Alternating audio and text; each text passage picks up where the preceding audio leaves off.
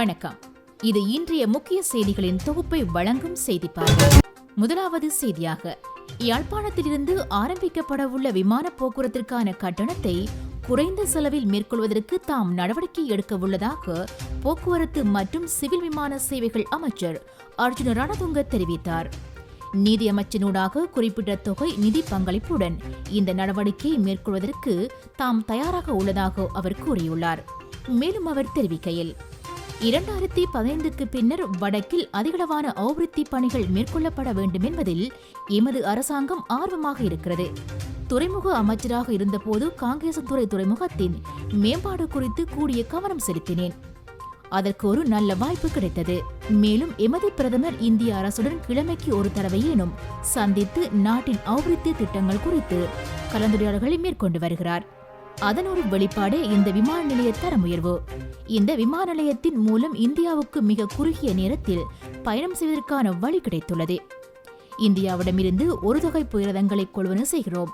அதில் ஒன்றை வடக்குக்கு வழங்கியிருந்தோம். ராஜாங்க அமைச்சர் விஜயகலா மகேஸ்வரனின் வேண்டுகோளுக்கு இணங்க இந்த விமான போக்குவரத்திற்கான கட்டண குறைப்பு தொடர்பில் நான் கவனம் எடுப்பேன். நிதி அமைச்சனூடாக இதற்கான ஒரு நடவடிக்கை எடுக்கப்படும் என்றார் என்ற செய்தியொன்றும் வெளியாகியுள்ளது.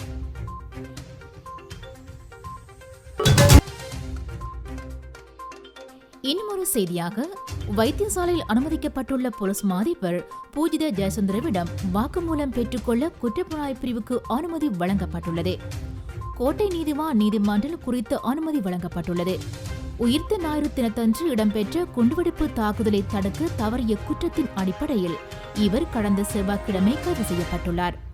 இந்த நிலையில் அவரிடம் வாக்குமூலம் பெற்றுக்கொள்ள குற்றப்புலனாய்வு பிரிவுக்கு அனுமதி வழங்கப்பட்டுள்ளது என்ற செய்தியொன்றும் வெளியாகியுள்ளது. மற்றொரு செய்தியாக, ஆட்பதிவு திணைக்களத்தின் நடவடிக்கைகள் நாளை முதல் வழமைக்கு திரும்பும் என அறிவிக்கப்பட்டுள்ளது. இதன்படி நாளொன்றுக்கு 1000க்கும் மேற்பட்டவர்கள் ஒருநாள் சேவையை பெற்றுக்கொள்ள முடியும் என அறிவிக்கப்பட்டுள்ளது. இதேவேளை ஆட்பதிவு திணைக்களத்தின் ஒருநாள் சேவை கடந்த வெள்ளிக்கிழமை தற்காலிகமாக இடைநிறுத்தப்பட்டிருந்தது. கணனி கட்டமைப்பில் ஏற்பட்டுள்ள தொழில்நுட்ப கோளாறு காரணமாகவே இந்த நிலை ஏற்பட்டுள்ளதாக தெரிவிக்கப்பட்டுள்ளது. இந்த நிலையில் நாளை முதல் ஆட்பதிவு திணைக்களத்தின் நடவடிக்கைகள் வழமைக்கு திரும்பும் என அறிவிக்கப்பட்டுள்ளது என்ற செய்தியொன்றும் வெளியாகியுள்ளது. இன்னுமொரு செய்தியாக, கொழும்பிலிருந்து யாழ்ப்பாணம் நோக்கி பயணித்து ரயில் மோதுண்ட ஒருவர் பரிதாபமாக உயிரிழந்துள்ளார். இன்று அதிகாலை கிளிநொச்சி 155ஆம் கட்டை பகுதியில் உள்ள ரயில் தண்டவாளத்தில் விபத்து ஏற்பட்டுள்ளதாக போலீசார் தெரிவித்துள்ளனர். உயிரிழந்தவரின் சடலம் கிளிநொச்சி வைத்தியசாலைக்கு கொண்டு செல்லப்பட்டுள்ளது. எனினும் அவரின் விவரங்கள் எதுவும் இன்னும் வெளியாகவில்லை. விபத்து தொடர்பில் மேலதிக விசாரணைகளை கிளிநொச்சி போலீசார் மேற்கொண்டு வருகின்றனர் என்ற செய்தியொன்றும் பதிவு செய்யப்பட்டுள்ளது.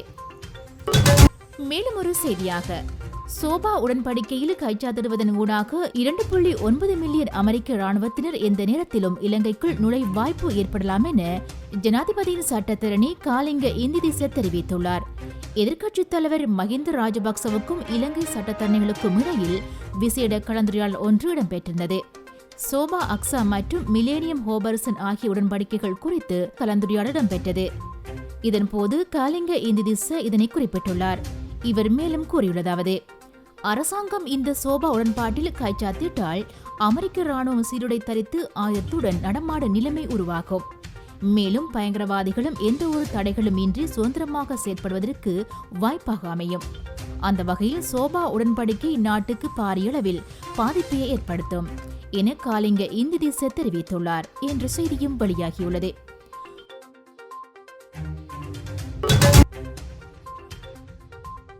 மற்றொரு செய்தியாக, அரசியல்வாதிகள் உள்ளிட்ட சகலரும் ஒன்றுபட்டு செயற்பட்டால் 5 வருடங்களில் இலங்கை இந்து சமுத்திரத்தின் ஆரோக்கிய நாடாக விளங்கும் என பிரதமர் ரணில் விக்ரமசிங்கே தெரிவித்துள்ளார்.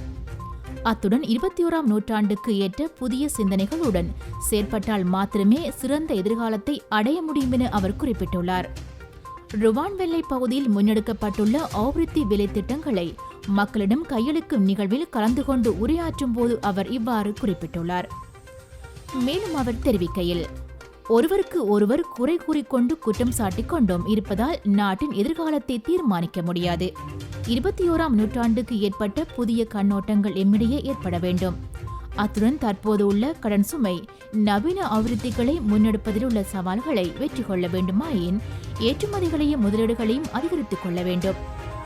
அரசியல்வாதிகள் உள்ளிட்ட சகலரும் நாட்டின் எதிர்காலத்தை மாத்திரம் சிந்தித்து ஒற்றுமையாக செயற்படுவோமாக இருந்தால் இலங்கை இன்னும் 5 வருடங்களில் இந்து சமுத்திரத்தின் ஆரோக்கியமான நாடாக மாறும் என அவர் குறிப்பிட்டார் என்ற செய்தியும் பதிவு செய்யப்பட்டுள்ளது. இன்னும் ஒரு செய்தியாக, கொழும்பில் 81 கோடி ரூபாய் செலவில் காணி கொள்வனவு செய்யும் அமைச்சர் ஒருவர் தொடர்பில் கொழும்பு ஊடகம் ஒன்று செய்தி வெளியிட்டுள்ளது. கொழும்பு 7 ஹோர்டன் பிளேஸ் பகுதியில் அமைந்துள்ள காணியை குறித்த அமைச்சர் கொள்வனவு செய்ய உள்ளதாக தகவல் வெளியாகியுள்ளது. ஒரு பர்ச்சஸ் காணி 1,70,00,000 ரூபாய் என்ற கணக்கில் 48 பர்ச்சஸ் காணி இவ்வாறு கொள்வனவு செய்யப்பட்டுள்ளதாக தெரிய வருகிறது.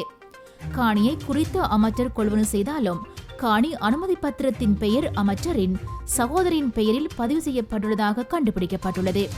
தற்போது வரையில் குறித்த காணிக்கு 5 கோடி ரூபாய் பணம் முற்பணமாக அதன் உரிமையாளருக்கு செலுத்தப்பட்டுள்ளது. 48 பர்ச்சஸ் காணிக்காக முழுமையாக 81 கோடி 60 லட்சம் ரூபாய் செலுத்தப்பட்டுள்ளமை குறிப்பிடத்தக்கது என்ற செய்தியும் வெளியாகியுள்ளது.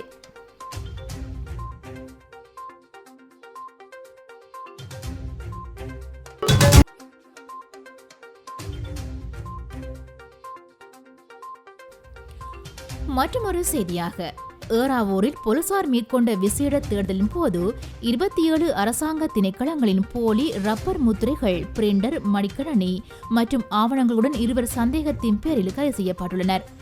ஏறாவூர் பற்று பதியாலவ பிரதேச செயலாளர்களது உத்தியோகபூர்வ ரப்பர் முத்திரைகள் பெரிய புல்லுமலை, மரப்பாலம், கரடியனாறு, வேப்பவெட்டுவான் போன்ற பிரதேசங்களுக்கான கிராம அலுவலர்களின் உத்தியோகபூர்வ ரப்பர் முத்திரைகள், பல்வேறு பிரதேச வன திணைக்கள அதிகாரிகளின் ரப்பர் முத்திரைகளும் இங்கு காணப்பட்டுள்ளன. மேலும் விண்ணப்ப படிவங்கள் உள்ளிட்ட ஆவணங்களும் கைப்பற்றப்பட்டுள்ளன. பிடிபட்ட ரப்பர் முத்திரைகளை பயன்படுத்தி எத்தனை சட்டவிரோத வேலைகளை செய்திருப்பார்கள் என்று அச்சம் வெளியிடும் தமிழர்கள் இந்த ரப்பர் முத்திரைகளுடன் தொடர்புபட்ட அத்தனை அனுமதிகளும் மீளாய்வு செய்யப்பட்டு தடை செய்யப்பட வேண்டும். இதேபோன்று அம்பாறை, திருகோணமலை பகுதிகளிலும் இத்துறை சம்பந்தமாக இஸ்லாமிய பகுதிகளில் அதிரடி நடவடிக்கை செய்யப்பட வேண்டும் என தெரிவித்துள்ளனர் என்ற செய்தியும் பதிவாகியுள்ளது.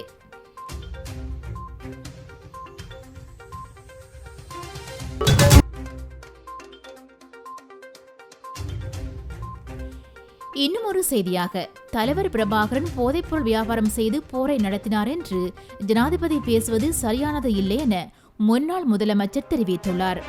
இந்த நிலையில் உண்மையான தரவுகள் மற்றும் ஆதாரங்களுடன் கருத்துக்களை வெளியிட வேண்டும் எனவும் வடகிழக்கு மாகாண முன்னாள் முதலமைச்சர் வரதராஜ பெருமாள் மேலும் வலியுறுத்தியுள்ளார். இது தொடர்பில் மேலும் அவர் தெரிவிக்கையில், ஜனாதிபதி மைத்ரிபால சிறிசேன ஒரு மாதத்திற்கு முன்னர் தமிழீழ விடுதலை புலிகளின் தலைவர் மிகவும் கொள்கை பிடிப்பானவர், கொள்கையோடுதான் அவர் போராட்டம் நடத்தினார் என்றும் சொல்லியிருந்தார். எனினும் திடீரென்று தமிழீழ விடுதலை புலிகளின் தலைவர் போதைப்பொருள் வியாபாரம் செய்து போரை நடத்தினார் என்று பேசுகிறார். இவர் இவ்வாறான குற்றச்சாட்டுகளை முன்வைத்து பேசும்போது ஆதாரங்களை வெளியிட வேண்டும். அவ்வாறில்லாமல் ஒரு நாட்டின் ஜனாதிபதி எழுந்தமானமாக பேசுவது சரியானதல்ல. மேலும் போராட்ட இயக்கங்களுக்கு இடையில் போதை வஸ்து வியாபாரம் நடைபெற்றதா என்பது பற்றிய விளக்கங்களையோ அல்லது அப்படிப்பட்ட வரலாறு பற்றியோ இப்போது பேசுவது சரியானதல்ல. இயக்கங்களை பொறுத்தவரையில் கடந்த காலங்கள் எல்லாம் முடிந்த காலங்கள். ஆகையால் பல்வேறு இயக்கங்கள் தங்களது போராட்டங்களை நடத்துவதற்காக பண தேவைக்காக சட்டப்பூர்வமாக, சட்டவிரோதமாக, பொதுவாக மக்களால் ஏற்றுக்கொள்ளக்கூடியதாக, ஏற்றுக்கொள்ள முடியாதவையாக பல்வேறு வகையிலும் பணங்கள் திரட்டப்படுகின்றன. ஒரு நாட்டின் ஜனாதிபதியானவர் எல்லா தகவல்களையும் பெற்றுக்கொள்ளும் அதிகாரமுடையவர். எல்லா உளவுத்துறையும் அவரிடம் இருக்கிறது. ஆகையினால் உண்மையான தரவுகள் இருந்தால் அந்த தகவலை அவர் உத்தியோகபூர்வமாக வெளியிடுவதால் அவர் சொல்கின்ற கூற்றினுடைய உண்மை பொய்களை அறிந்து கொள்வதற்கு வாய்ப்பாக அமையும் என அவர் மேலும் கூறியுள்ளார் என்ற செய்தியும் வெளியாகியுள்ளது. இன்றைய செய்தி பார்வை இத்துடன் நிறைவடைகிறது. மீண்டும் நாளைய செய்தியுடன் சந்திப்போம்.